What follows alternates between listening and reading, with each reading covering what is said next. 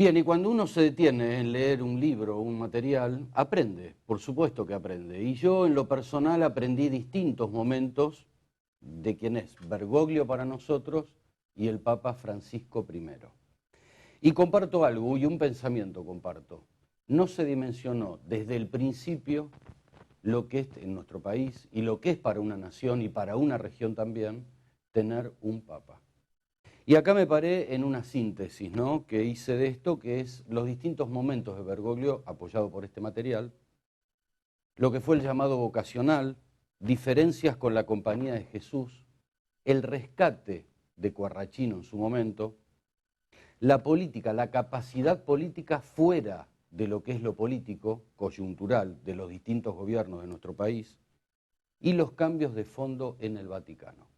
Así que comparto con el autor, Marcelo Larraqui, gracias Hola, por ¿qué haber tal? venido, Gracias a tu vos. pensamiento, Marcelo, que dice puntualmente, una biografía centrada en la actualidad de su papado. Claro, sí, una biografía en dos dimensiones, ¿no? Porque también hay que estudia el Papa en su recorrido que vos marcabas, ¿no? Su vocación, la compañía de Jesús, su ostracismo. Un Papa que parece un sacerdote con la carrera prácticamente abandonada a los 55 años en Córdoba, confesando prostitutas, con una línea de gobierno muy fuerte que tuvo él en la compañía de Jesús entre 1973 y 1985, porque si bien fue rector del Máximo, del Colegio Máximo, donde estaba la curia jesuita, del 79 al 85, esa parte era como un gobierno paralelo, un gobierno en las sombras. Él tenía el despacho al lado del nuevo provincial con mucha influencia. Es decir, que siempre fue un hombre de mucho personalismo y también de muchos vaivenes en cuanto a su carrera o a su vida en la orden religiosa y a su carrera eclesiástica, también que fue bastante novedosa y que Roma lo termina convocando para que gobierne a alguien que nunca había estado adaptado de alguna manera a las políticas de Roma, ¿no? Esto es lo novedoso también en Bergoglio. Exacto, claro. Y dentro de esto, si vamos a llamar en desafíos, Marcelo, ¿cuál pensás que fue su desafío máximo en Argentina, de acuerdo a estos vaivenes que marcabas, y lo que es ahora, ¿no? Con Bueno, una curia muy fuerte. Bueno, ahí la Secretaría de Estado del Vaticano, leía en este material también, 300 integrantes. claro, no, es una maquinaria de gobierno, el Estado Vaticano y la Santa Sede, que es el gobierno justamente. Además hay muchos movimientos internos, congregaciones de laicos y de religiosos que componen también ese gobierno, porque no es Claro. solamente Bertone que estaba en la Secretaría de Estado, bueno, el Papa lo saca y ya gobierna, ¿no? Hay una maquinaria, una estructura de gobierno con distintas congregaciones, movimientos, que tienen mucha incidencia y que él tiene que buscar un equilibrio y un contrapeso. Pero en base a lo que preguntaba, yo veo tres Bergoglios A ver, en su recorrido. a ver. El Bergoglio de los jesuitas en la década del 70, que es un Bergoglio a la defensiva, que trata de atenuar los vientos del Concilio Vaticano II para que no se desmadre la orden hacia el tercermundismo, hacia las corrientes teológicas de liberación. Es un Bergoglio que, aún siendo moderado, frente a todo la opción por los pobres de los sacerdotes, él parece un conservador, es un Bergoglio a la defensiva. Ese Bergoglio es el que entra después en el ostracismo porque los jesuitas entran en una línea progresista mucho más pronunciada en la Compañía de Jesús en la Argentina a mediados de la década del 80. Ese Bergoglio abandonado es rescatado por un conservador, que es Quarrachino. Y hay un Bergoglio acá que, a diferencia de su mentor, Quarrachino, empieza a trabajar en la parte pastoral y política con un discurso mucho más fuerte, con una acción mucho más pronunciada. Es el Bergoglio pastoral, pero de una pastoral social que nunca antes había desarrollado. Y estoy hablando de su pelea contra el narcotráfico, contra la trata de personas, contra la falta de empleo, contra la corrupción, contra el juego, muy importante su lucha contra el juego, incluso enfrentando a Macri, y que tenía una matriz católica, el PRO. Es decir, que hay un Bergoglio ahí que alza la voz contra el kirchnerismo en defensa del equilibrio de poder y que es tomado por el kirchnerismo como un enemigo político, y un Bergoglio que ya va dejando la curia por una cuestión de edad a los 75 años y se encuentra con la oportunidad de ir al cónclave, donde es electo Papa, que también tiene un nuevo desafío político, ¿no? Ahora, dentro de esto, Marcelo, ¿cómo se diferenció de su mentor, como bien decís vos, que fue Corrachino, que el que lo rescata de ese ostracismo? ¿Y cómo fue tan distinto el manejo, ¿no? Con Corrachino, que andaba más o menos en buen diálogo con el poder de turno de ese momento, diríamos con el menemismo, y él, por ejemplo, el rechazo al llamado de Parrilli, Sí. o sea, de Néstor Kirchner. Claro, Corrachino más que buen diálogo era directamente una curia porteña pegada directamente al menemismo, ¿no? Corrachino, como jefe de la conferencia episcopal, hasta el año 96 no había hecho jamás una crítica al gobierno, y cuando comienza el obispo Carlick a comandar, Bergoglio entra como obispo auxiliar en la Vicaría de Flores, entra en esa crítica social, en esta nueva conferencia episcopal argentina. Es decir, se incorpora a los progresistas que empiezan a observar en el menemismo la corrupción, el desempleo, todo lo que había dejado de alguna manera la economía prácticamente en ruinas, ¿no? Que deja el menemismo en cuanto a la producción. Sí, sí. Esto es diferenciador, porque su mentor era exactamente, totalmente diferente, era apegado al poder político, pero esto le da la autonomía de gobierno, pero básicamente la autonomía de administración. Entonces el Bergoglio que hoy está, como Francisco, en Roma, es básicamente, se parece mucho más al Bergoglio de los 2000, de los años 90, que al Bergoglio de los 70. Claro, No es el de Bergoglio de los 70 que está a la defensiva, es un Bergoglio en la ofensiva. Y lo que muestra su autonomía, que mostró con Kirchner, que vos mencionabas, que Kirchner le dice, usted venga acá a la Casa de Gobierno, yo quiero hablar con usted.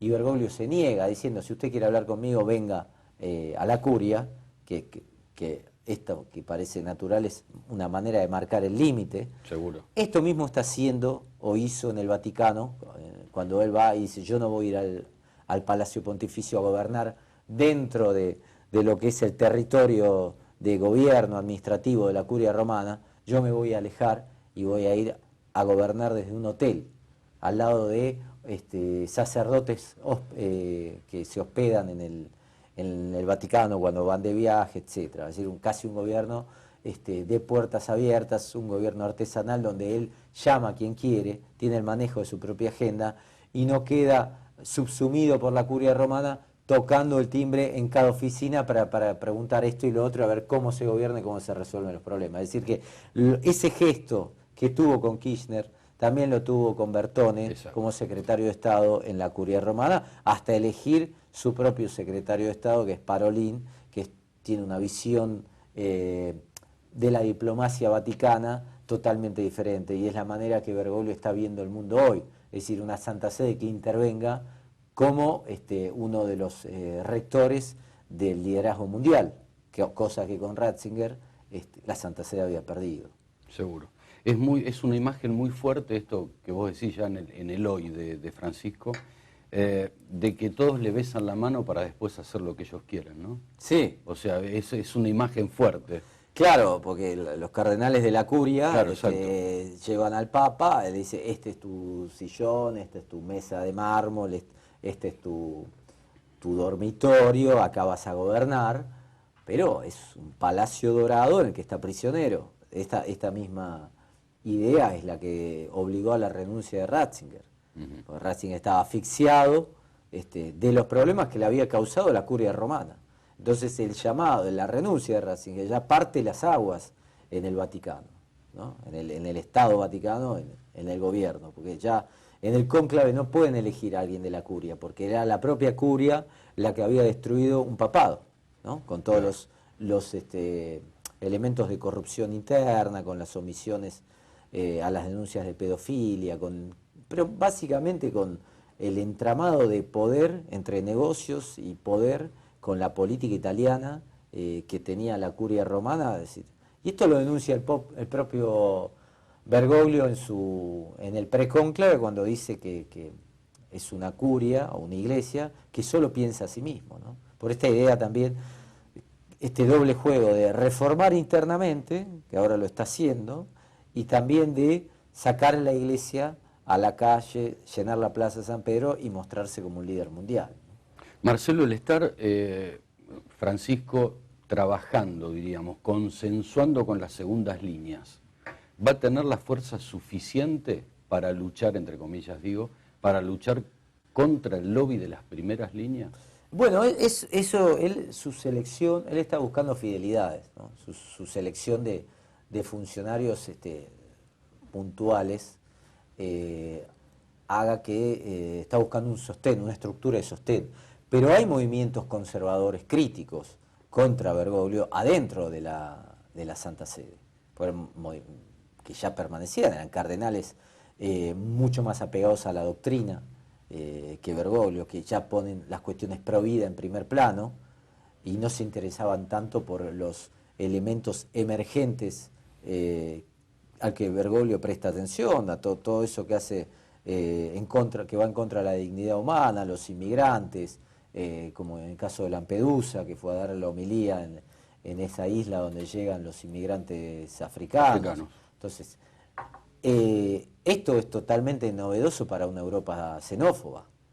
Digo, nosotros lo vemos, bueno, algunos lo ven, bueno, es un papa que hace demagogia, es un papa peronista. Me parece que es errar un poco la visión analítica. Seguro.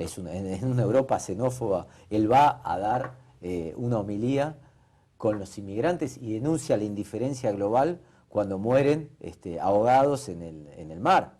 Entonces, estos son gestos externos que internamente molestan también. Y además otra cosa muy importante, la reforma en la banca vaticana, por ejemplo, claro, donde se lavaba dinero, donde había miles de cuentas que no se sabía de quién eran, porque uno venía con un religioso, con un sacerdote, el sacerdote traía la valija, esto es una donación, y nadie preguntaba de dónde venía.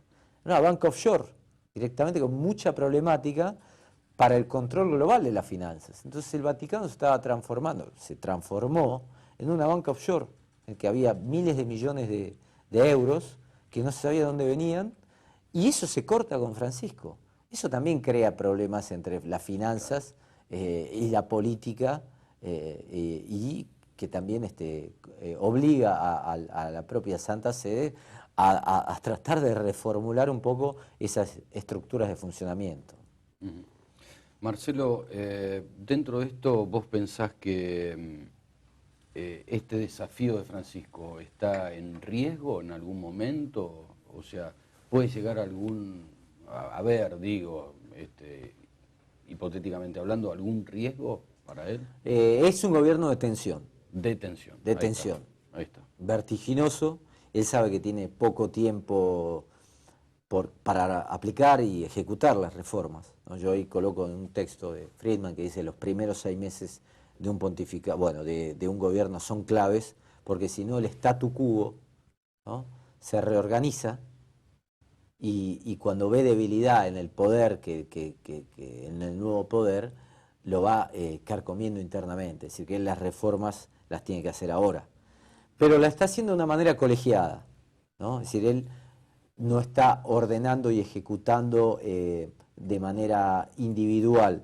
Él no cortó cabezas, él fue de alguna manera desarticulando progresivamente este poder para no tener un enfrentamiento directo. Bertone se fue a los 4 meses, las reformas, creó comisiones que ahora están entregando sus informes. A nivel externo, por el interés entre la iglesia y la familia, llama a un sínodo, hace una consulta, llama a un sínodo. Es decir, que es un papá de gobierno, pero con muchos elementos internos de crítica interna y de riesgos y de obstáculos internos que obviamente no son los que salen, no son los que publica la prensa, pero existen. Seguro. Existen porque antes había muchos negocios que ahora se cortaron. Vuelvo al principio para cerrar, Marcelo. ¿Por qué no dimensionamos semejante acontecimiento en nuestro país? O sea, ya como sociedad, digo, ¿no? No, bueno. Sin generalizar, ¿se entiende? No. Lo que yo veo es un papa de liderazgo mundial, que obviamente es argentino, y que tiene influencia en la Argentina. Ahora se está viendo la influencia que tiene en la sociedad, la iglesia, a diferencia con con la relación que mantenía con el gobierno. Pero me parece que es un papa que está entre los líderes del mundo y que eso no hay una dimensión en la Argentina del lugar que ocupa en Europa y en el tablero de la política mundial. Es decir, se lo ve como un papa, bueno, que acaricia enfermos, que hace respirar en las parroquias, pero además hay un escenario político nuevo que cambió con este nuevo pontificado. Esperemos valorar esto, Marcelo. Sí. O sea, que se valore, porque muchas veces se toma dimensión de las cosas en el proceso que marca el tiempo y muchas veces es tarde. Gracias, Marcelo. No, gracias a vos. Pausa.